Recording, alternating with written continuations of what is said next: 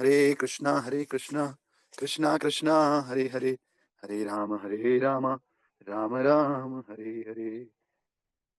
नम ओं विष्णुपादाय कृष्णपृष्ठाय भूतले श्रीमते भक्तिवेदांत स्वामिने इति नामिने। नमस्ते सरस्वते देवे गौरवाणी प्रचारिणे निर्विशेष शून्यवादी पाश्चात्य देश तारिणे। जय श्री कृष्ण चैतन्य प्रभु नित्यानंद श्री अद्वैत गदाधर शिवासादि गौर भक्त वृंद।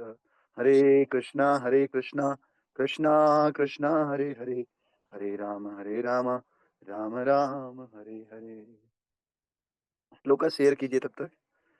नमो पंकजनाभाय, नमो पंकजमालिने, नमो पंकजनेत्राय, नमस्ते पंकजांग्रये। ग्रंथराज श्रीमद् भागवत महापुराण की जय। श्रील प्रभुपाद गुरु महाराज की जय। कोटि वैष्णव वृंद की जय। हिताय गौर प्रेमानंदे हरि हरि बोल। श्रीमद् भागवत महापुराण दूसरा स्कंद अध्याय संख्या 7 श्लोक संख्या 17 इस प्रकार से है।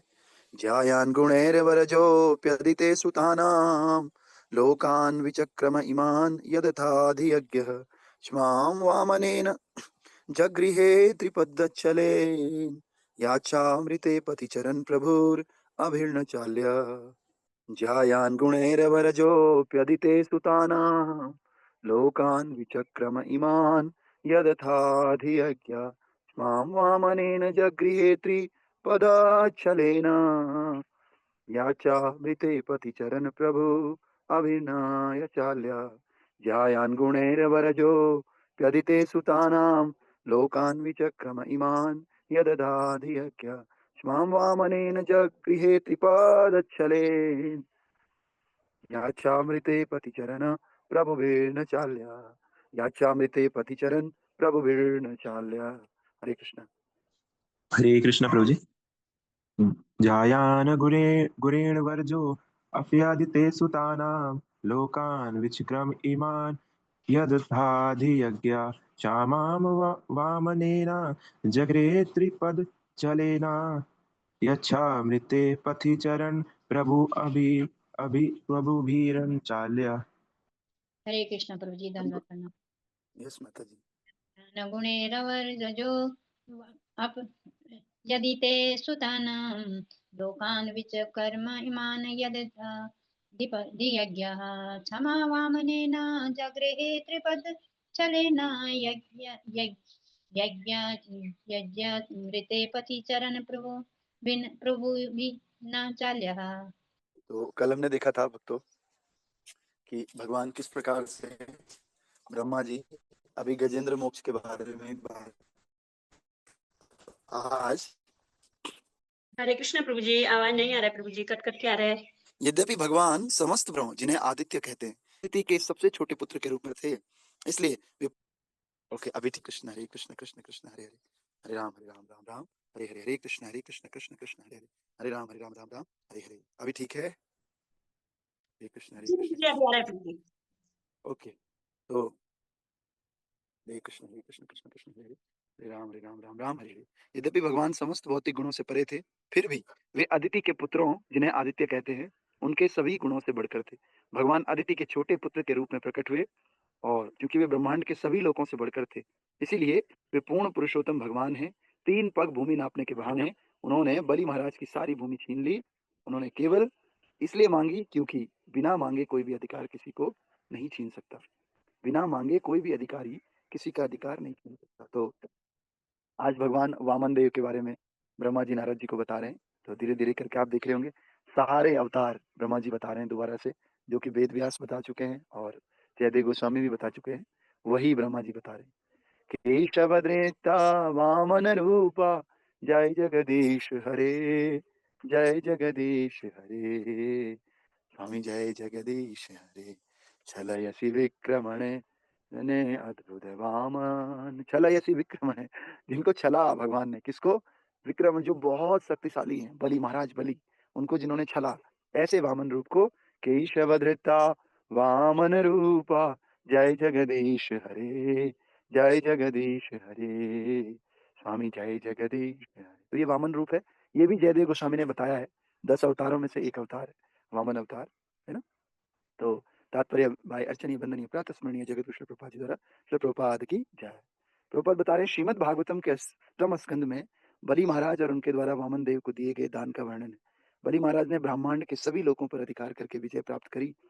एक राजा बल से अन्य राजाओं पर विजय प्राप्त कर सकता है और ऐसा अधिकार अधिकार माना जाता है। अतः बलि महाराज ब्रह्मांड की समस्त भूमि के स्वामी थे और वे ब्राह्मणों के प्रति दानशील थे।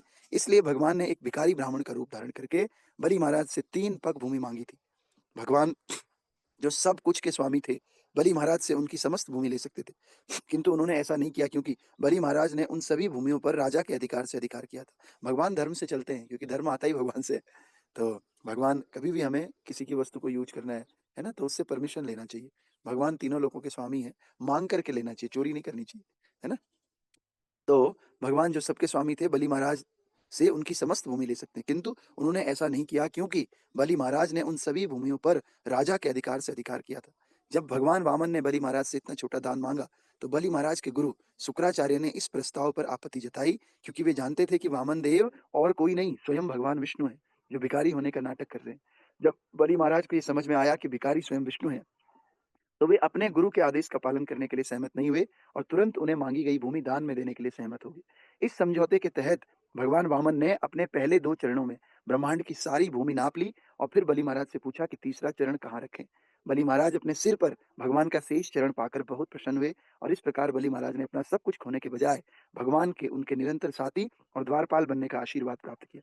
अतः भगवान के कार्य के लिए अपना सब कुछ समर्पित करने से व्यक्ति कुछ भी नहीं खोता, बल्कि वो सब कुछ प्राप्त कर लेता है जिसकी वो अन्यथा कभी भी अपेक्षा नहीं कर सकता है। तो हमें ऐसा लगता है कि भगवान की भक्ति के लिए या भगवान के लिए हमने इतना कुछ खो लिया, हमने अपना, लेकिन भगवान बलि महाराज का उदाहरण प्रभुपाद जी दे रहे हैं कि बलि महाराज ने सब कुछ खो लिया, लेकिन सब कुछ खो करके भी उन्होंने अत्यंत श्रेष्ठ वस्तु पाई, भगवान का सानिध्य, भगवान उनके द्वारपाल बन गए, है ना? इससे बड़ी बात और क्या होगी? और दूसरा, इन्होंने गुरु का त्याग कर दिया, गुरु के वचनों को नहीं माना।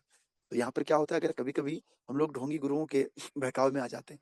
अगर गुरु भी हमें बोले कि भगवान की सेवा मत करो, तो ऐसे गुरु को हमें त्याग कर देना चाहिए, उस गुरु की बात नहीं माननी चाहिए क्योंकि गुरु का मीनिंग ही वही है जो आपको भगवान की सेवा में लगाए।